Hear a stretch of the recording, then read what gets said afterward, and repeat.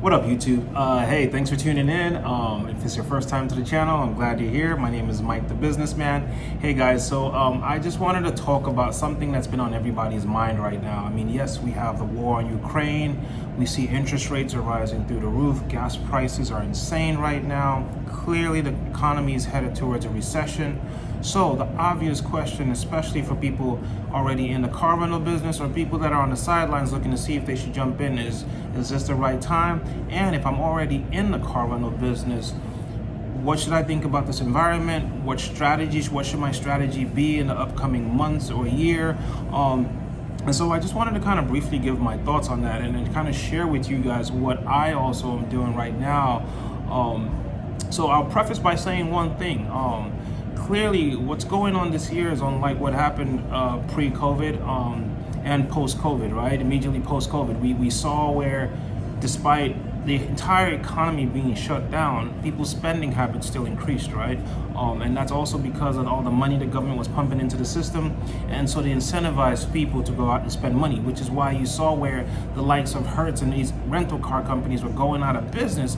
But then you saw private companies booming. You saw platforms like Turo and all of that booming. People rushing out there, getting cars and making good money in the rental car space, right? Guess what? Interest rates were low. Government stopped banks from repoing and repossessing people's property. So it was amazing. It was a good time of gravy, right? Now, however, the environment today has changed. The war in Ukraine has not helped matters at all. There's no more stimulus money coming in. Interest rates are much higher, where you could get car notes as low as 0% to 4%. Now you're pushing 6-7%. If you have excellent credit, you can still get about 2-3-4%. But for your average consumer right now, interest rates are much higher. Hence, their monthly payments are higher, right? So we also see where inventory of cars hasn't really improved yet. And I feel I have my other theories around that, why that's happening. I don't believe it has anything to do with a chip shortage.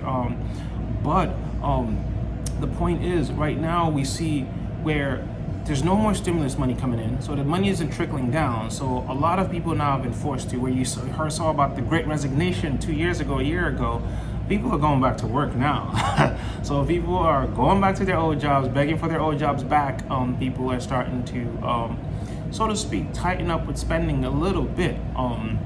So how does that apply to a car rental owner, right? So what do you do? What should your strategy be moving forward? So if you're running, I would advise you, if you're already in the game, measured expansion, or just try to stay where you're at right now, okay?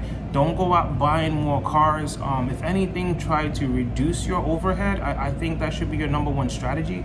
Reducing overhead, reducing expenses as much as possible. Trim off the excess fat from your operations. That's number one. Number two, I would also suggest is, I tell all my mentees that, right? And I've been personally doing that. If you're following me on Instagram at Mike_the_businessman, you could see that the past month I've been on a mission to acquire at least, I'm trying to get up to $300,000-$500,000 worth of business credit. Okay, why? Banks lend when you don't need it. When you really need it, they won't give it to you. So I learned from a mistake a few years back. So now my credit is in good position. I'm getting as much business credit as possible.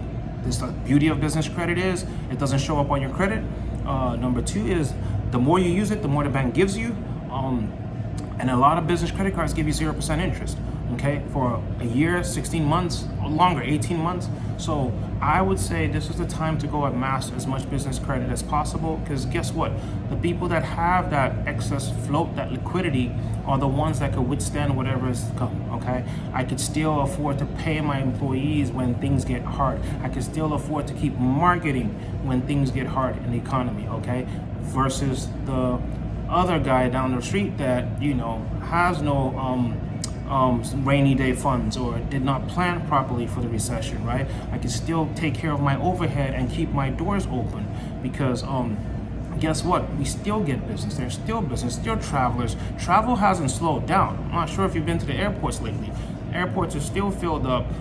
So travel hasn't slowed down. We haven't seen that it's affected that segment of the economy, right? So even though stocks are crashing, airline, unlike with during COVID, where it's because of a complete shutdown, think people are still traveling, vacationing, and doing all of that. So I still don't believe that we're going to see a situation where rentals cease. None of that. Matter of fact, I'm having a very good month right now.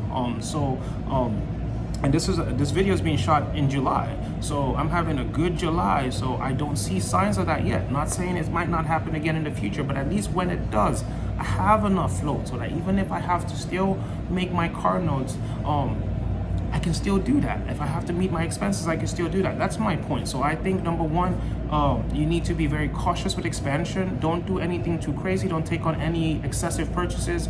Don't go out buying too many cars. I would say run a slim operation right now if possible. I teach a lot of my mentees how to run the joint venture method, right, where you're leveraging other people's vehicles, right? If you followed a lot of my steps, if you're one of my mentees watching this, or I teach ways that you could actually get other people to bring their cars to you for you to rent out for them. So if you have that, the overhead is much lower, right? So you can still have several cars at your disposal to rent out, and you're not making the notes on them. So that way you're just making income off of those cars. So that's a good strategy. That's a strategy I'm also employing now. So I have a lot of people daily DMing me asking to run their cars for them. And I'm in a position now where I can pick and choose who I want in my warehouse. And so that way my overhead is low.